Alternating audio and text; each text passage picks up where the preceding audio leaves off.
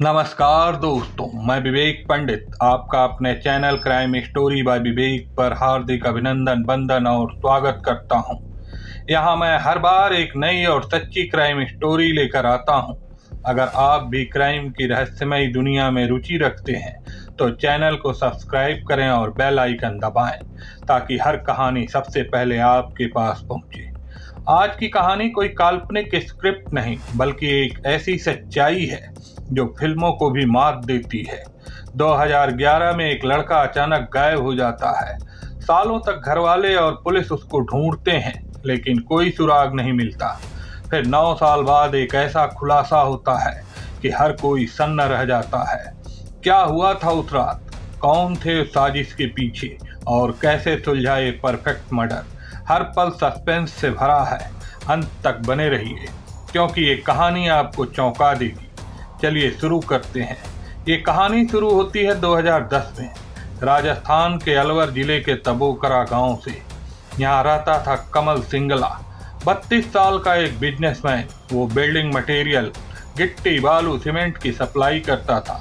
उसकी दुकान गांव के मुख्य बाजार में थी, एक छोटी सी जगह जहां नीली टीन की छत और लकड़ी का साइन बोर्ड लगा था, सिंगला ट्रेडर्स।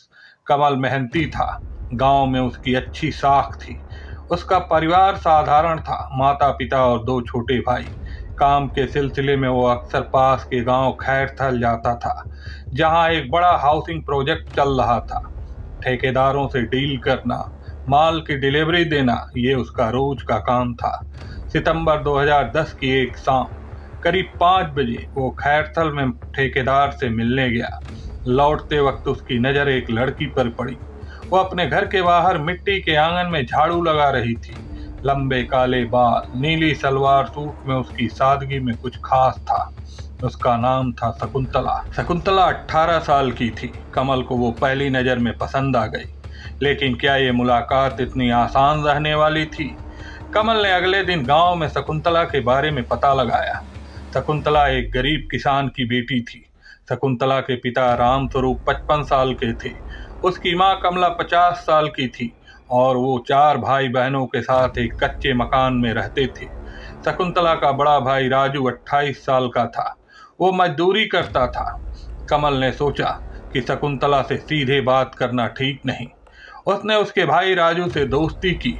एक दिन राजू से बाजार में मुलाकात हुई। कमल ने उससे हंसते हुए कहा, भाई मैं यहाँ काम करता हूँ, कभी चाय पीने के लिए बुलाना। राजू ने कहा, चलो आज ही घर आ जाओ। कमल उनके घर पहुंचा। वहां शकुंतला चाय लेकर आई। उसकी आंखें नीची थी लेकिन कमल की नज़र उससे हटी नहीं। बातचीत शुरू हुई। शकुंतला शांत थी, बोलने में संकोच करती थी। कमल का आना जाना शकुंतला के घर बढ़ा, कभी चाय के बहाने, कभी सामान की डिलीवरी के नाम पर। नवंबर 2010 में गांव के बाहर एक पुराने शिव मंदिर के पास कमल की शकुंतला से मुलाकात हुई। कमल ने हिम्मत जुटाई। उसने शकुंतला से कहा, मुझे तुमसे प्यार हो गया है। शकुंतला चुप रही, फिर धीरे से बोली, मुझे भी तुम अच्छे लगती हो। लेकिन क्या ये प्यार इतना आसान था? दोनों छुप छुप कर मिलने लगे, कभी खेतों में सूरज ढलने के बाद तो कभी रात को मंदिर के पीछे। कमल अपनी बाइक से आता, शकुंतला घर से चुपके से निकलती। वो दुनिया से अपने रिश्ते को छिपाना चाहते थे लेकिन दिसंबर 2010 में पड़ोसी ने उन्हें मंदिर के पास देख लिया। खबर उसके पिता राम स्वरूप तक पहुंची। राम स्वरूप गुस्से में घर आए, ये कमल कौन है, हमारी इज्जत मिट्टी में मिला रहा है। उन्होंने शकुंतला को डांटा। वजह थी जाति का अंतर। कमल जाट था और शकुंतला गुज्जर थी। गांव में ये बड़ा मुद्दा था। राम स्वरूप ने शकुंतला पर पाबंदियां लगा दी। घर से बाहर मत निकलना, उस लड़के से बात मत करना। राजू को ताकीद की, उस कमल को दूर रखो। लेकिन प्यार रुकता कहाँ है। जनवरी 2011 में परिवार ने शकुंतला की शादी ठीक की।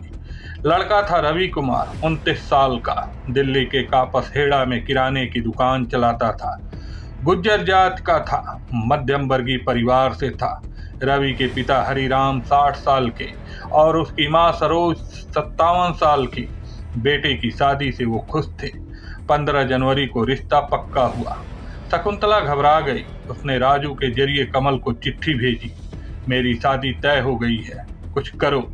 कमल ने जवाब दिया, डरो मत। 5 फरवरी को रात 10 बजे मंदिर के पास मिलो, हम भाग जाएंगे। लेकिन उस रात राजू ने शकुंतला को घर से निकलते देख लिया। उन दोनों का प्लान फेल हो गया।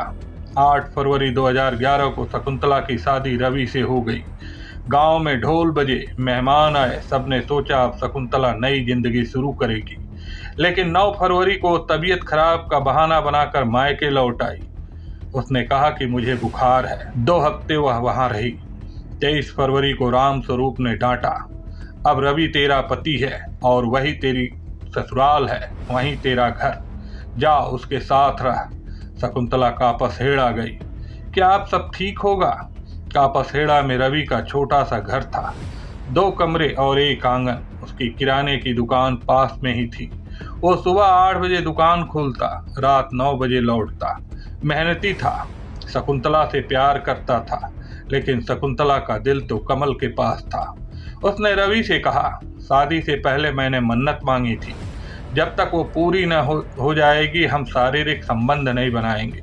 रवि ने कहा, ठीक है, जैसी तुम्हारी मर्जी। कुछ हफ्ते बीते। शकुंतला ने कमल से संपर्क किया।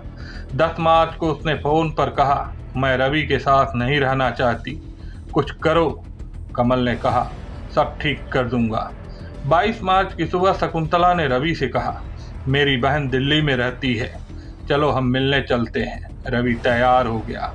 सुबह 10 बजे दोनों मारुति 800 से निकले, लेकिन शाम 6 बजे घर पर सिर्फ शकुंतला लौटी। रवि कहाँ है? सास सरोज ने पूछा। पता नहीं, वो रास्ते में कहीं चले गए, उसने कहा। हंगामा मच गया। रवि को ढूंढा गया, लेकिन कोई सुराग नहीं मिला। क्या हुआ था उस दिन?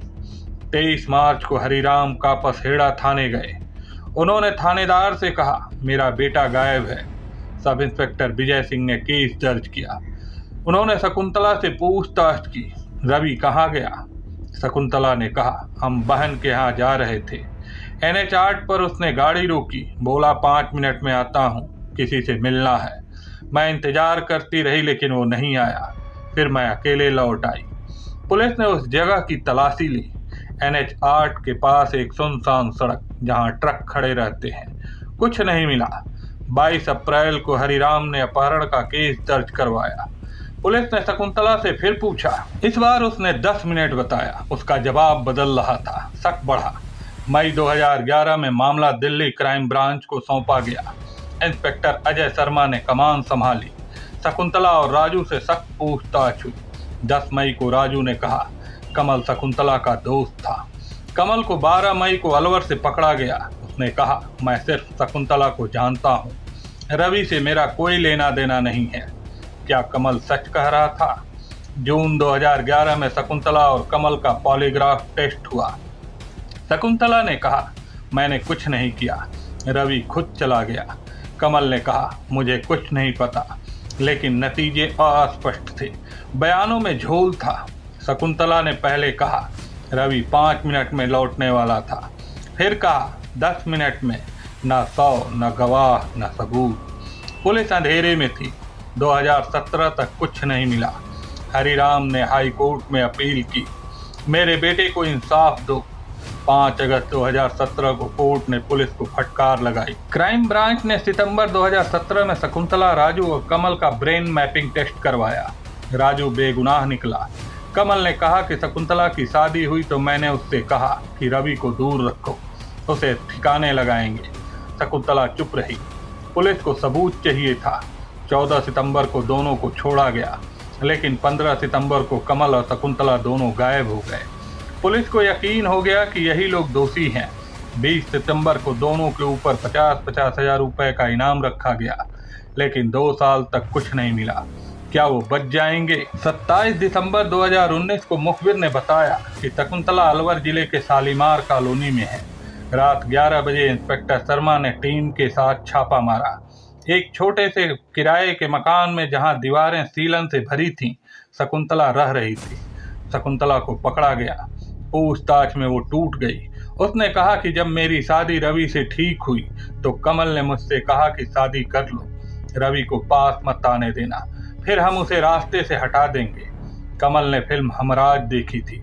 उसने अपने ड्राइवर गणेश को 70,000 रुपए देकर अपने साथ मिला लिया। 22 मार्च को शकुंतला ने रवि को बहन के यहाँ चलने को कहा। सुबह 10 बजे वो निकले। NH 8 पर कमल अचानक सामने आया। शकुंतला ने उससे कहा, ये मेरा रिश्तेदार है, इसे साथ ले चलते हैं। रवि मान गया। दोपहर 1 बजे वो बहन के घर पहुंचे। शकुंतला उतरी। कमल ने रवि से कहा, मुझे तुमसे गोपनीय बात करनी है। रवि साथ गया। क्या हुआ आगे? कमल ने बताया, मैंने गणेश के साथ रवि को नशीली चाय पिलाई। दोपहर 2 बजे वो बेहोश हो गया। हमने उसका गला घूंटा, लाश को गाड़ी में डाला, दिल्ली से अलवर ले गए। रात 10 बजे उसके टुकड़े किए। NH 8 पर कुछ हिस्से फेंके, एक बड़ा हिस्सा दुकान के पास खाली प्लाट में दफनाया। 5 अक्टूबर 2019 को कमल पकड़ा गया। 10 अक्टूबर को गणेश बिहार के समस्तीपुर से गिरफ्तार हुआ। 5 नवंबर 2019 को अलवर में खुदाई हुई। 5 फीट नीचे रवि की 25 हड्डियां मिली। 9 साल बाद केस सुलझा। प्यार में अंधापन खतरनाक है। दूसरों की जिंदगी से खिलवाड़ अपराध है। सच छुपता नहीं, सामने आता ही है। सतर्क रहें, गलत रास्ते से बचें। दोस्तों, यह कहानी यहीं समाप्त होती है। अगर आपको इस कहानी से कुछ सबक मिला हो तो आप हमें कमेंट बॉक्स में ज़रूर बताएं। और हाँ, इस चैनल को सब्सक्राइब करते हुए स्टोरी को लाइक करें और अपने दोस्तों में अधिक से अधिक शेयर करें, ताकि अन्य लोग भी इस घटना से कुछ सबक ले सकें और अपने आप को और सुरक्षित और सतर्क रख सकें। मिलते हैं अगली कहानी में। तब तक के लिए सावधान रहिए, सतर्क रहिए और सुरक्षित रहिए। अपना और अपनों का ख्याल रखिए। नमस्कार।